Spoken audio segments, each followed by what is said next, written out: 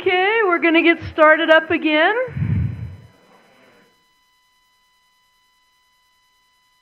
First off, I have a public service announcement. Lawrence Brownstein, if you're panicking about your lost driver's license, stop because we have it. If you haven't yet started panicking, don't because we have it.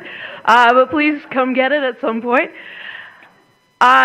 It is my name is Robin Craig. I'm a professor here at the College of Law, and it's my great pleasure to introduce our first keynote speaker of the 21st Annual Stegner Symposium, Sheila Martin. Sheila Martin is the director and a professor at the Institute of Portland Metropolitan Studies and Population Research Center at Portland State University in Oregon. She has a BA in Economics and Political Science from Southern Illinois University, an MA in International Studies from the University of Kentucky, and a PhD in Economics from Iowa State University.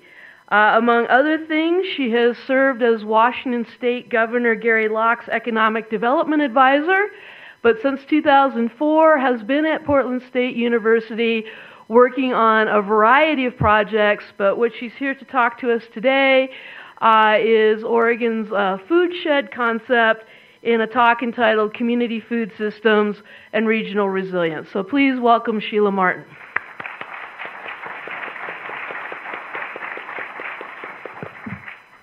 Thank you.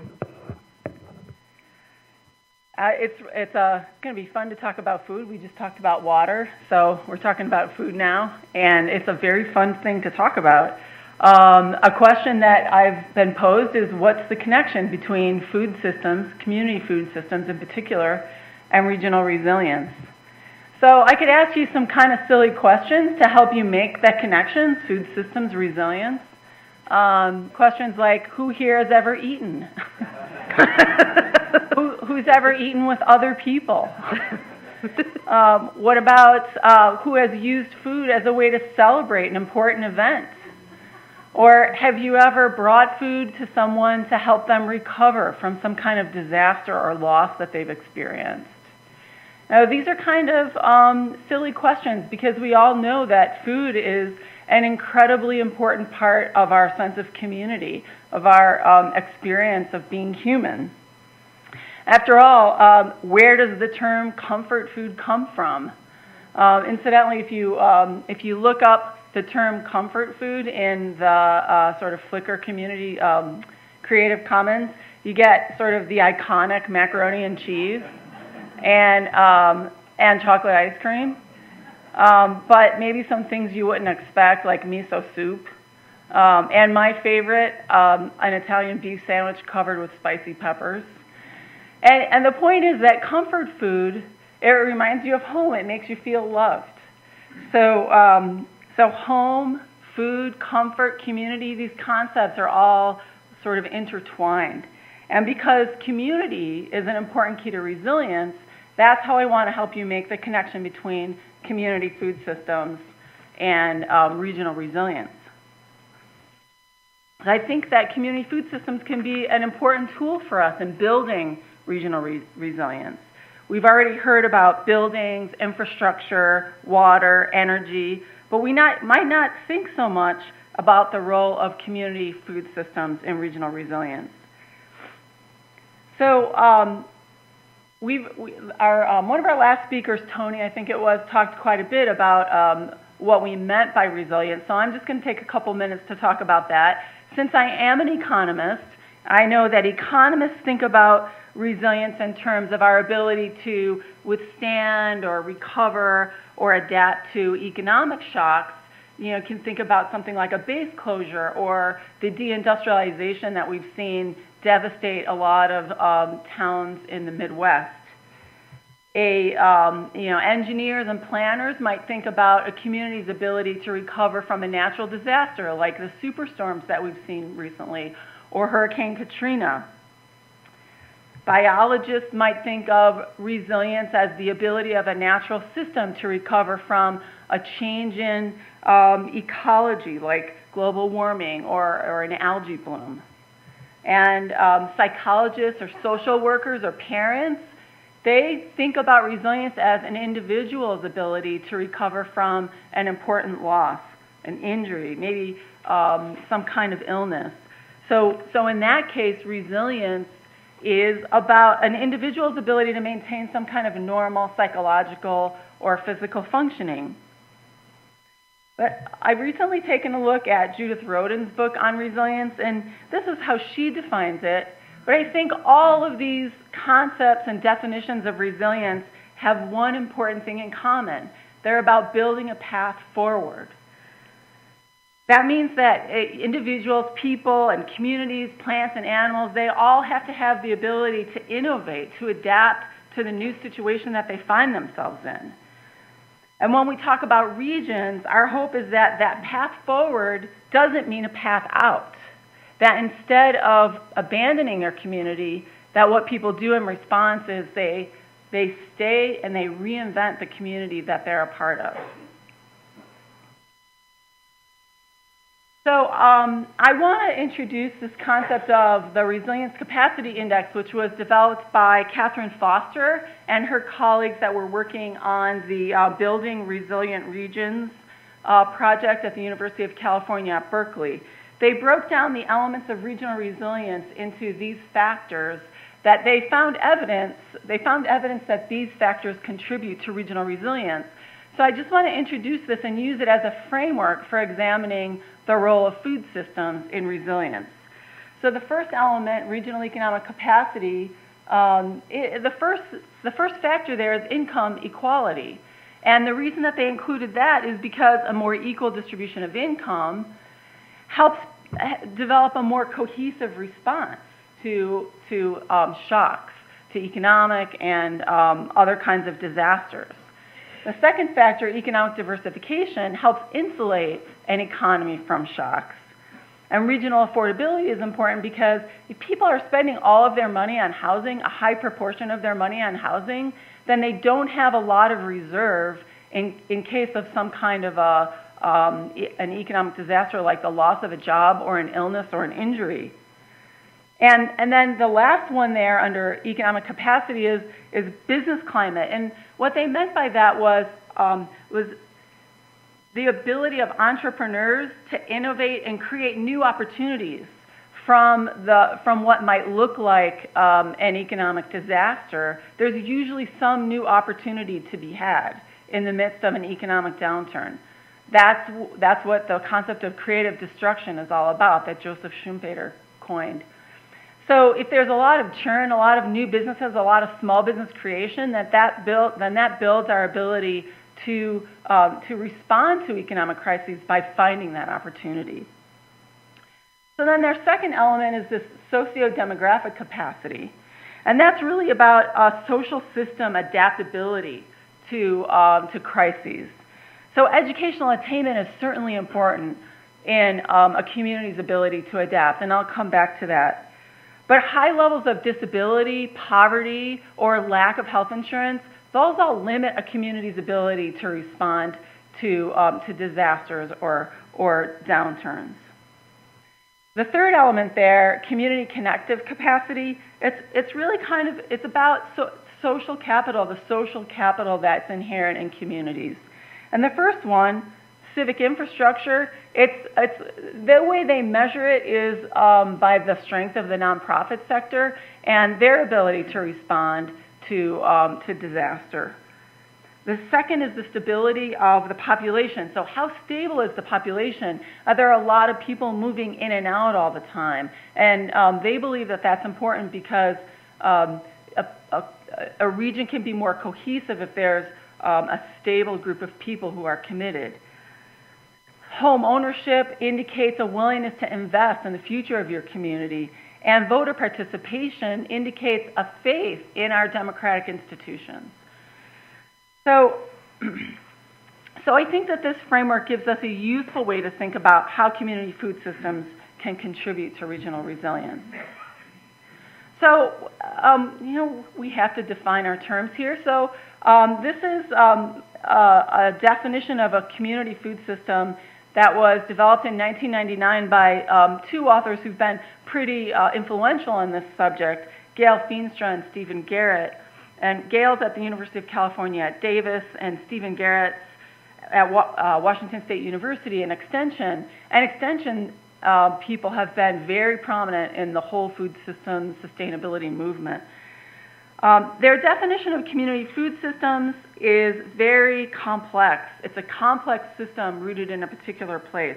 It describes everything from the land that we grow food on, to the people who grow the food, to the people who eat the food and how it affects their health, to how we deal with the waste from the regional food system and how it moves around, and the energy that we use in moving it around and processing it. So we're all part of the community food system. But one of the things that people face when they're trying to do some kind of analysis of a community food system is, how do we define community? And that definition of community in this context can be pretty fluid. In 2008, my institute developed a baseline assessment of our regional food system. And the reason that we did this was because we felt like, okay, I'm just going to say, this is one of my biases, there's a lot of cheerleading around this concept of regional food system. There's a lot of advocacy. And at the time, I felt that there was a lot of policy being put in place without a lot of data, without a lot of really good information about, what are going to be the implications if we decide to do some of these things that people are advocating for. So let's draw a baseline. Let's figure out where are we now with respect to the sustainability of our regional food system. So as we did that, we had to define what we meant by community, and it's not very easy. And what people mean by local food really isn't very precise either. There was a study done in Ohio that indicated that people didn't really differentiate between local food and food from Ohio. And so, maybe state boundaries are a good way to define community. What we decided to do was to define our community as the eaters in the Portland metropolitan region. And there, we had a practical reason for doing that. One, my institute's mission is around regionalism and promoting a regional identity, and so it was natural for us to do that. Second of all, data is easy to find at the Metropolitan Statistical Area region.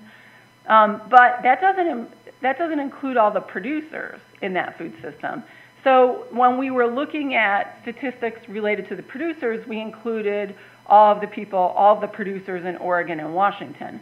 Now, it's pretty unlikely that producers up in the Skagit Valley, which is an absolutely gorgeous place up in northern Washington state, are going to sell food at the Portland Farmers Market.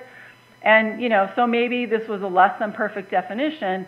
And I think what most people mean by local is that, they can buy their food from the farmer, and that farmer is close enough to enable them to travel to the market to sell it.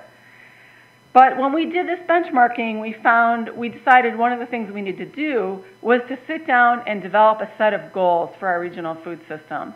And so this was the set of goals that we developed after a big stakeholder process that took us, about 6 months to develop what were the goals that we wanted for our food system, because we had to base our benchmark on those goals.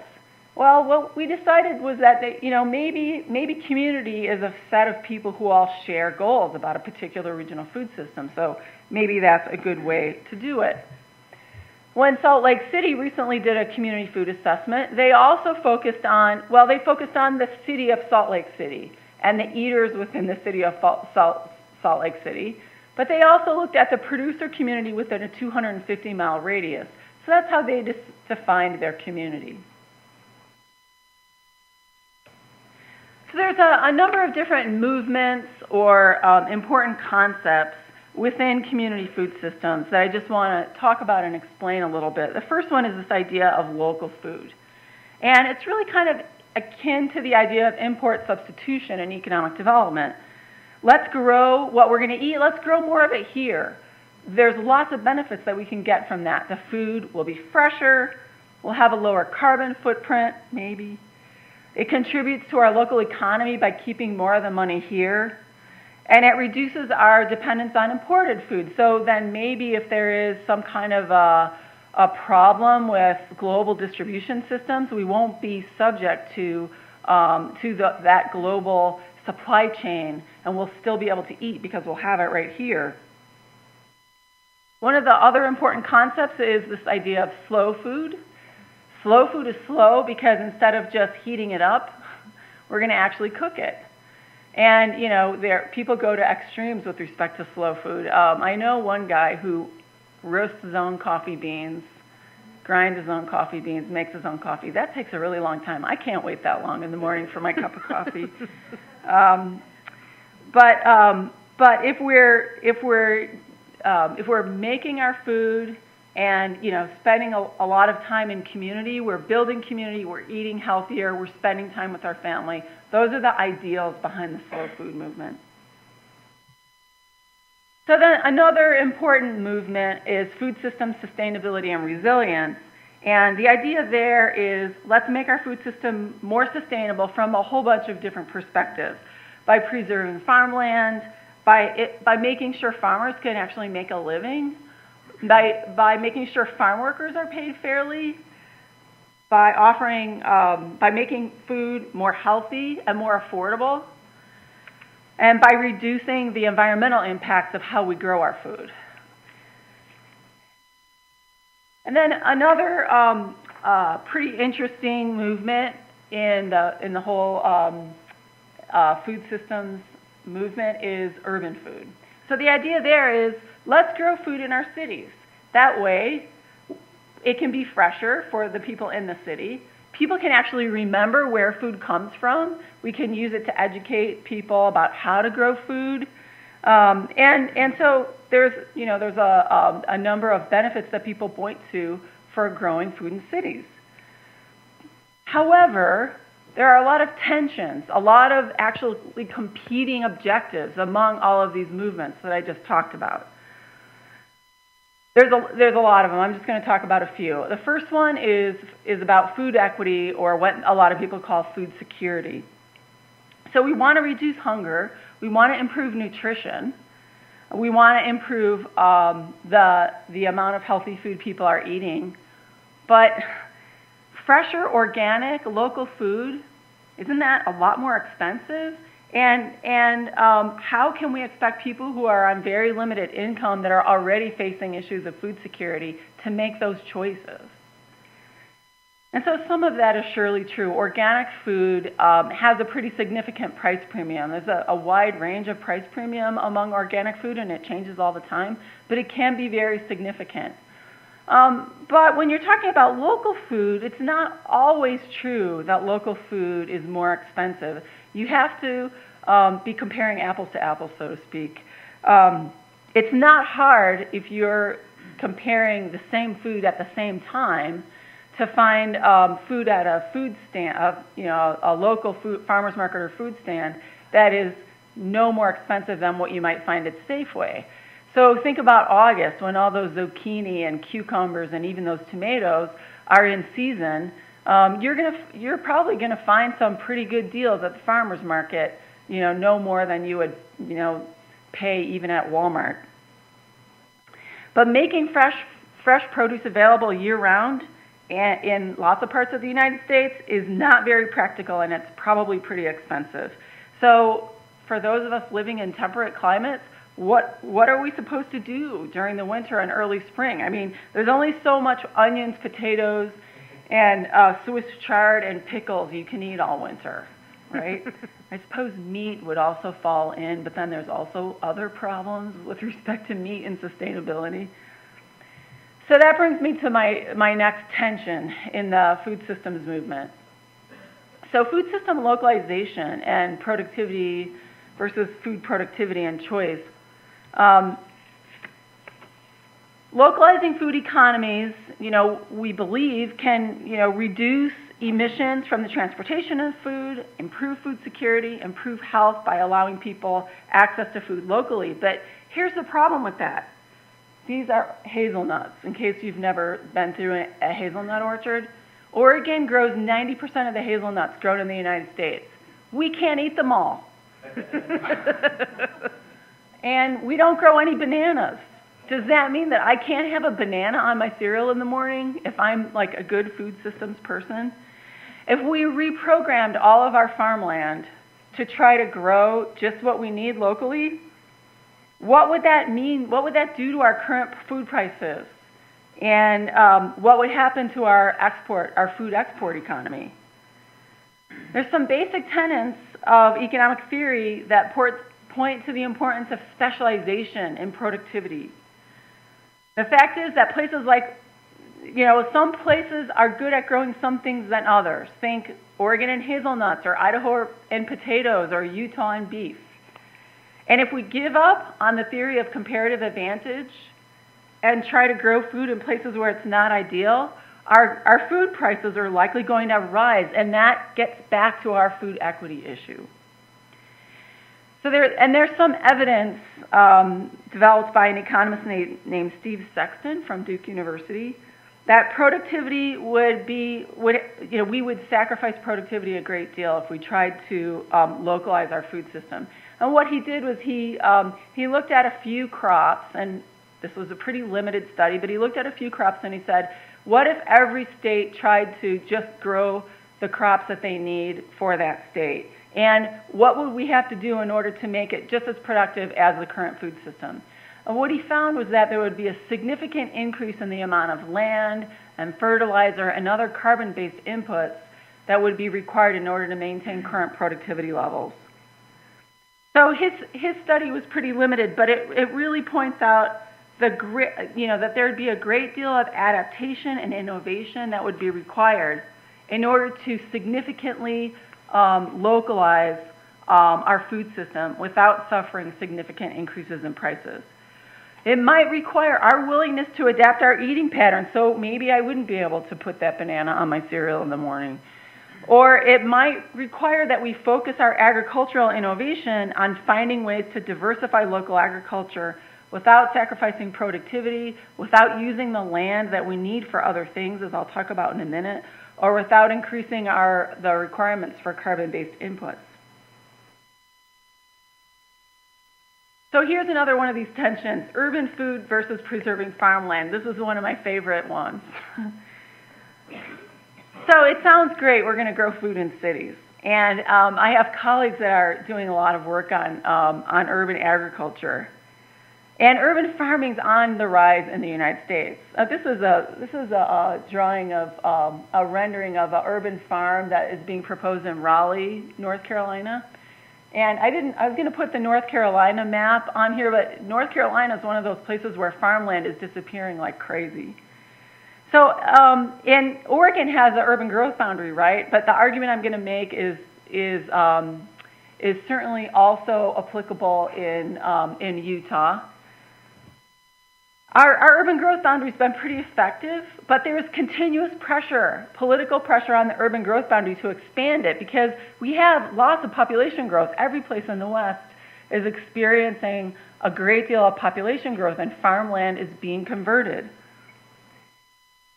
So, why? Because people don't want density inside the urban growth boundary. They don't want to increase density. They want fresh food. So that's one of these tensions. So why should we make room for farming in cities where it's at a scale that's probably not very easy? Like most of these urban farms are pretty small. So why should we make food inside the city when it's going to displace residents and jobs so that we end up having to expand the urban growth boundary and pave over farms? Why does that make sense? I'm not really sure. Because the farms on the edge, maybe it makes more sense to try to preserve the farms on the edge. I'm not saying that community gardens aren't really useful. They really are. And community gardens and educational gardens and things like that are an important part of our civic infrastructure. But maybe it makes more sense to preserve farmland on the edge at a scale that can be profitable and use our land inside the city for the people and the jobs. On the other hand, there's a lot of innovation happening in vertical farming and in low water farming. They're certainly challenging that notion. And maybe someday urban farms will be able to coexist with dense urban environments in a way that doesn't require that they displace residents and jobs and and require more sprawl. So here's another one of my favorite tensions in this movement. Some women see the slow food movement as an attempt to bring them back to the I gotta cook dinner every night drudgery. So I know, and probably a lot of you know, that cooking dinner from scratch every night doesn't necessarily mean you have to stand in the kitchen all day. But prepared foods were a really big part of relieving women from how much time it took to shop for and prepare a meal for their family every single day. And let's face it, this is unpaid labor and unappreciated labor. And the burden of this shopping and cooking and cleaning up after a slow meal is going to fall disproportionately again, probably. I'm not making a universal statement here, but it's likely that a lot of it will fall on women again. So it's not surprising that some women might be pushing back against this idea that we should give up all of our convenience foods. So how do community food systems help us improve regional resilience? Given all that, given all those tensions, how can community food systems help us bring resilience to our regions? Well, we talked about the importance of income equality and economic opportunity for resilience. So an economic resilient region offers opportunity to a wide variety of people. It challenges systemic inequalities in our system, and it offers opportunities for small entrepreneurs to earn a living while nourishing the community. So one example from Portland is the Portland Mercado. It provides economic opportunity for Latino food entrepreneurs. It provides them training, it provides them a market, and it's also a multicultural, an opportunity for people of different cultures to come together to celebrate Latino culture. So it's building our social capital and our social infrastructure as well. Another example is the Mercy Corps Refuge Gardens program.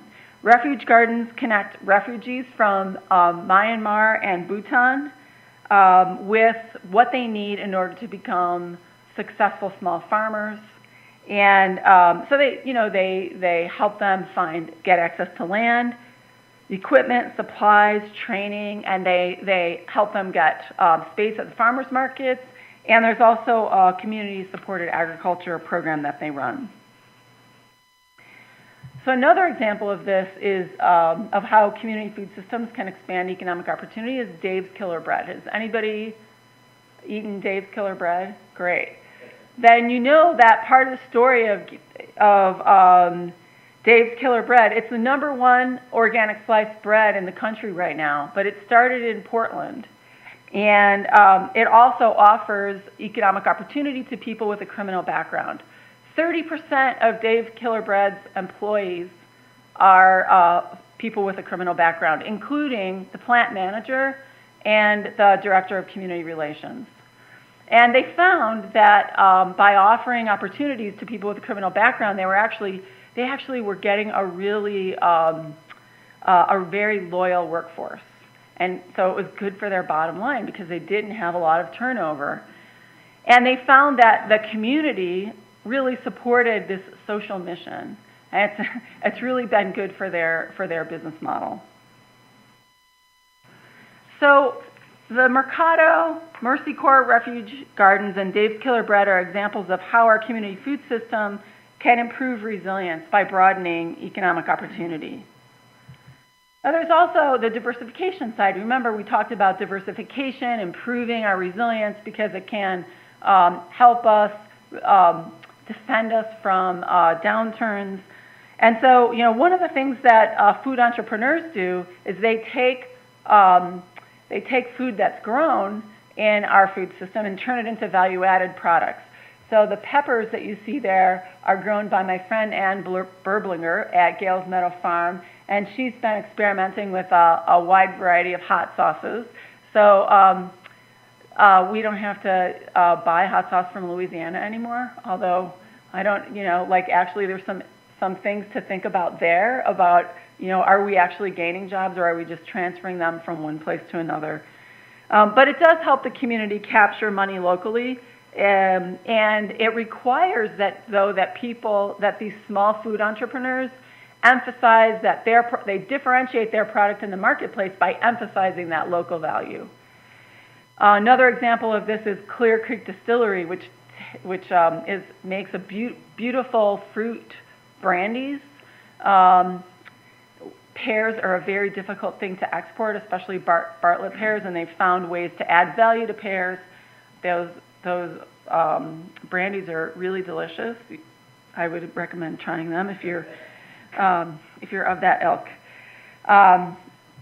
So the third thing we talked about was socio-demographic capacity as a factor in regional resilience. And we've already talked about economic opportunity for people who might not otherwise have opportunity.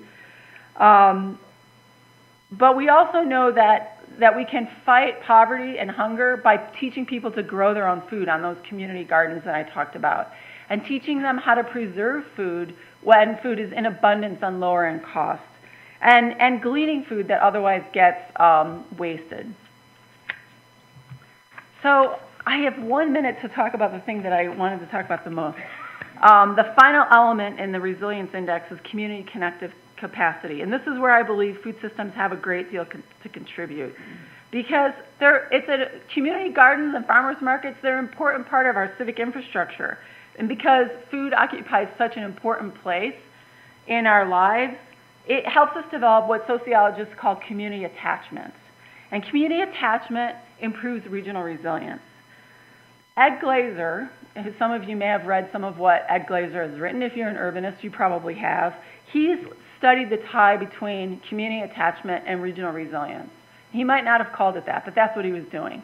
And he used Boston as an example. And he talked about how Boston, over its long history, has reinvented itself many times, from shipping to manufacturing to finance and technology. And there were two really important factors in its ability to rebuild itself. The first one was human capital. And so I told you I'd come back to that. People with the ideas that they needed in order to try new things to rebuild the economy. And the second was that they loved Boston and they wanted to stay there, and they weren't just going to leave. They were really committed to finding a new path for their community. So the Knight Foundation has dug into this issue of community resilience, and they found, first of all, that community resilience is tied to economic growth. But then they ask people about what attaches them, what makes them committed to their community. And there's lots of reasons, right? You have kids, you have a good job you like, you have family, all of those things attach you to a community. But there's also other things, like a good sense of a lot of social capital, good social offerings, amenities like parks and open spaces, a strong social structure. And people with community attachment are also more likely to spend their money locally. So all of these things, commitment to a local economy, appealing community aesthetics, strong social infrastructure, all of those things are things that community food systems can offer us. So strong and sustainable community food systems can build regional resilience by providing economic opportunity to a wider variety of people, by diversifying and strengthening entrepreneurship within our communities, by fighting poverty and improving health, and by building social capital and generating community attachment. When people are more committed to their community, how are they going to respond to an economic or an ecological disaster? They're going to work together to invent a new future and to find that path forward instead of finding a path out. And they're going to start by growing, preparing, and eating food together. That's it. All right.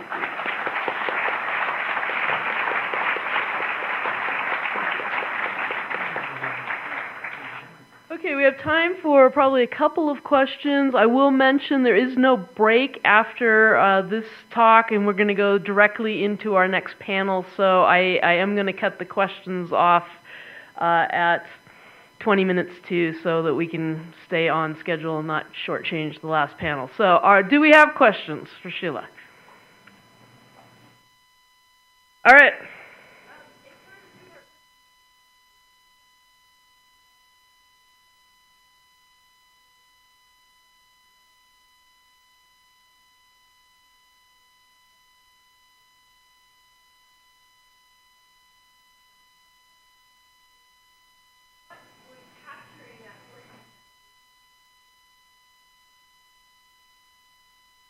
Okay, to repeat the question, much summarized, we've got about a 40% food waste in cities. What implications does that have for food resilience, and is there any way to capture it? Well, I think what you're pointing to is that this is really a systems question, we have a national and global food system that, does not distribute food in it. We can grow enough food for everyone, but the problem is distribution. I mean, it's like lots of other problems we have, right? Things are just not in the right place. So capturing the waste that is inherent in our food system is pretty important. And there are lots of other things that were not accounted for in that economic study that I referenced. It had lots of flaws, but it was an illustration of the things that we might have to change in order to make that work. I mean, one of the things that we might have to change is the fact that we spend a lot of our land growing food for animals instead of growing food for people. We spend a lot of our land growing things that we don't eat, like nursery products. One of the highest value agricultural products in Oregon is nursery products, trees and bushes and things. So it's a systemic problem, and I believe that that you point to an important issue. Recapturing some of that waste and finding more better ways to distribute food are really important to resilience. Do we have another question? Yes. Very much enjoyed your presentation.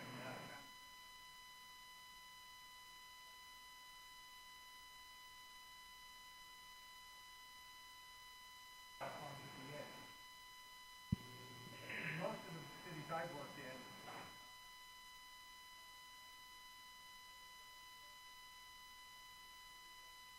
lots of vacant land that could be used.